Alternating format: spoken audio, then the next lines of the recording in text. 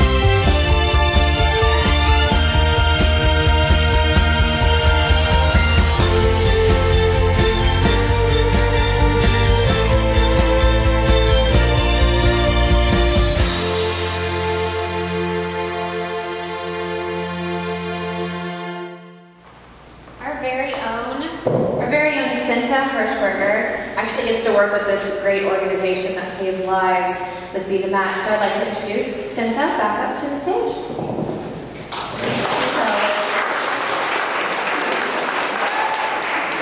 Thank you for allowing us to come in here today and talk with you a little bit about Be the Match Registry.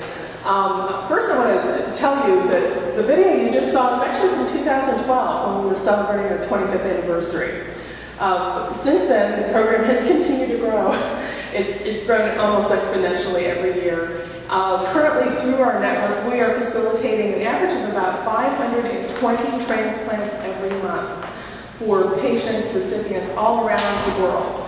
About 50% of the transplants that we facilitate in our program involve either an international donor or an international recipient. So this really, from the inception in 1987, this program has just grown tremendously, and it's offered opportunities for life-saving transplants to people who previously had no other option.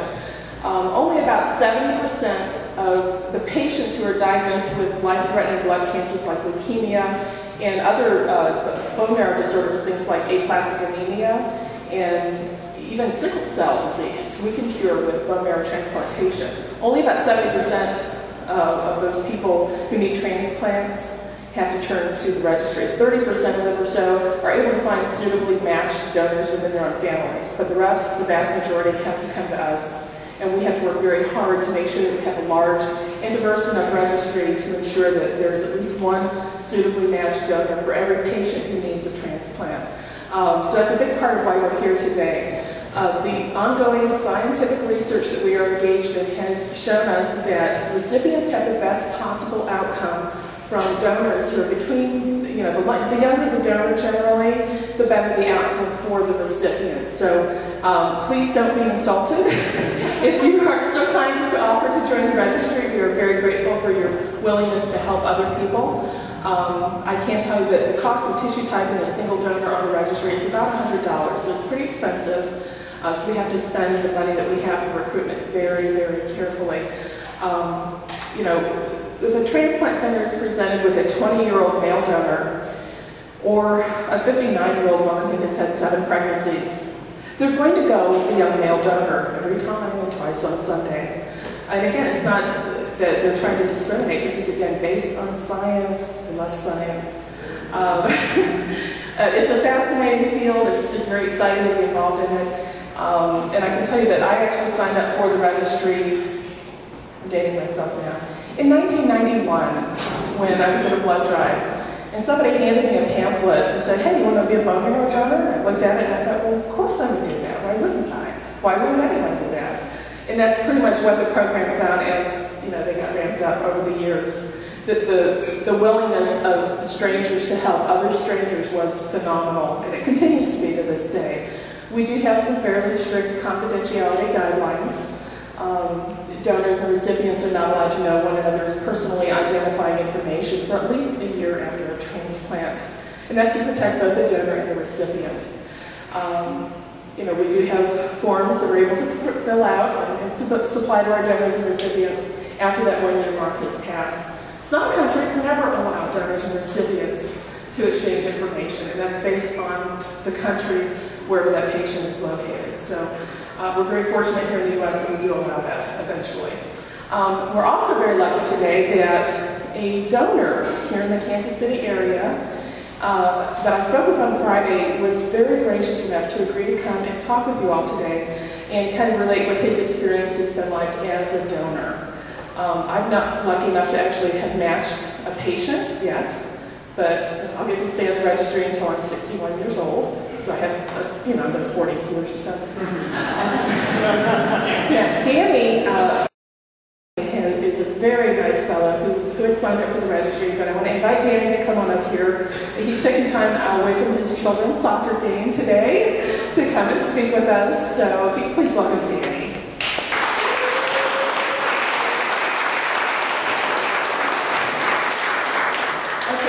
We're going to go back and forth with the mic here a little bit. So I registered 2005. So 7 years later. So Sandra said she registered in 1991. You were in kindergarten. I thought it was a long time for 7 years. So I waited 7 years, or not waited, but 7 years later they called me. Okay, I think I'm good. I think I'm over it. So the dead baby parts to me. So I found a place. They called me 7 years later. A lot of things had changed by then, right? I had now a 9-year-old. I had another baby. And so they called me, and some things had changed, and I decided, do I really want to do this now? I mean, I've moved on. So I thought about it, talked with my wife about it, and we decided, I had registered, why not go for it? So we did. I decided to do it. Okay, now to get to the whole story of my recipient, I guess. So as Sandra said, it's all confidential. So the only thing we knew about her was it was a 27-year-old female. She had acute myeloid leukemia. When I was contacted, she was towards the very end. She had no other options. Interestingly enough, she actually has a twin brother who gave her her first transplant and it didn't work. So they were in search for a donor. And so I was that lucky person. I actually was flown to Denver, Colorado, because is there a big patient center in Kansas City now? We're working on it. Okay, so there isn't actually a center located in Kansas City where you can give a stem cell donation, so I was flown to Denver, all at the cost of the Be the Match Foundation, so nothing came out of my pocket, and my wife also was able to come with me. Again, all on the dime of the donations the Be the Match collects. So we went to Denver. The process itself is very easy. Well, it's somewhat easy, right? I guess. I started at 8 a.m. and about 6 hours later it was done. The process includes, or how it works is they hooked my right arm up to the machine, and the blood's pumped from my right arm through the machine that strips out the stem cells, and then pumps the stripped blood with the plasma back into your other arm. I skipped the part where prior to doing that you get shots for 5 days. So we move them around in one arm, a hip, and that's to help generate more and more stem cells, or to actually help the bone marrow release the stem cells so that you can get more during the collection. So I guess about 6 hours after the collection is done, in my particular case, because of the size of the patient, so the number of stem cells that need depends on how big the patient is, so a big guy obviously needs more stem cells, a small woman probably doesn't need as many for a donation. In my case, or in my donor's or recipient's case, they needed about 3,000 stem cells is what they were hoping to get.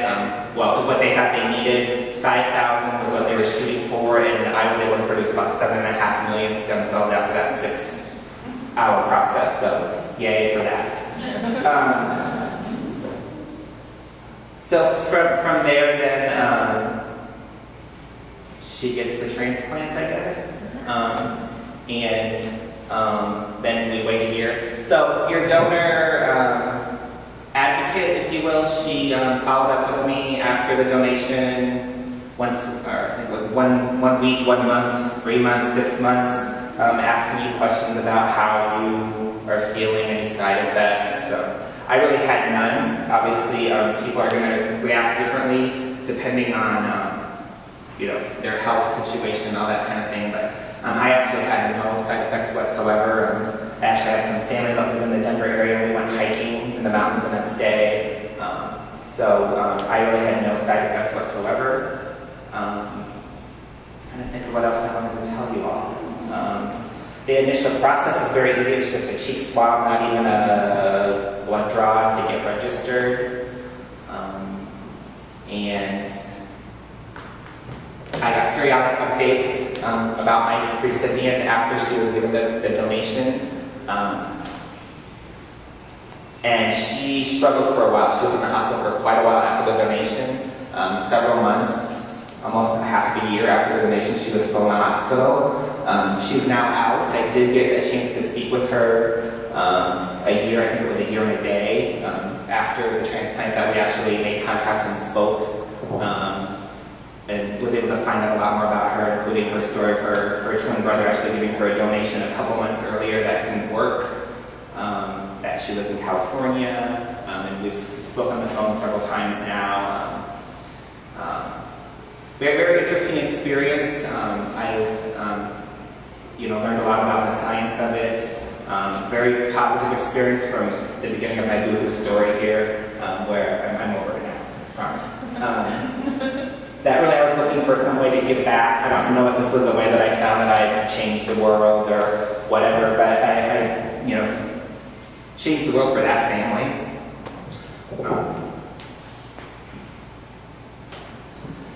No obligation, right?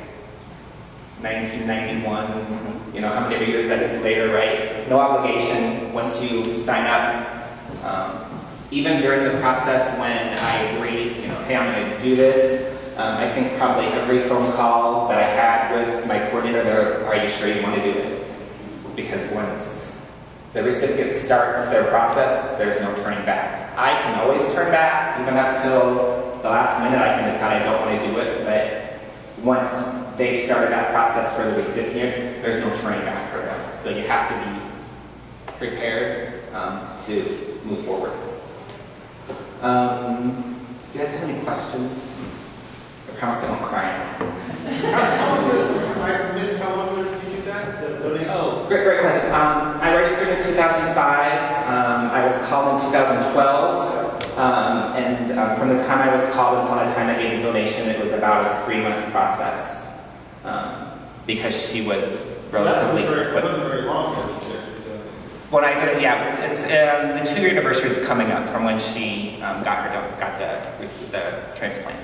She's good and healthy now. Yeah, I think she still has some struggles. She was on some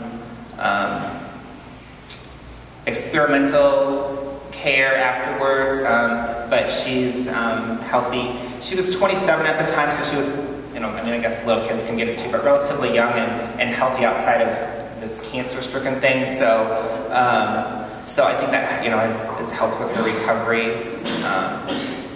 So she's still working on it, but she's good. She's still alive, so that's a positive thing.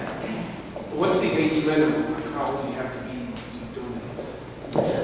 Currently, the minimum age is 18 years old to sign up, and we're again targeting donors between the ages of 18 and 44 for the registry as new donors. Questions? Anyone? Yes? Say if you do like 6 hours, actually in the hospital, something like that. What do you do for 6 hours? Netflix. So, I watched TV. I laid there because really you can't do much because you can't move, and you can't even get up and go to the bathroom. So, you're like, do you want some water? No, I don't want any water because I don't. So yeah, you really can't move it. So basically, just watched TV and sat around and talked to my wife. I guess she joked a lot that it was like role reversal, like. Instead of her being in bed, like having a baby and me watching TV, she flipped the channels and occasionally offered me a drink through a straw.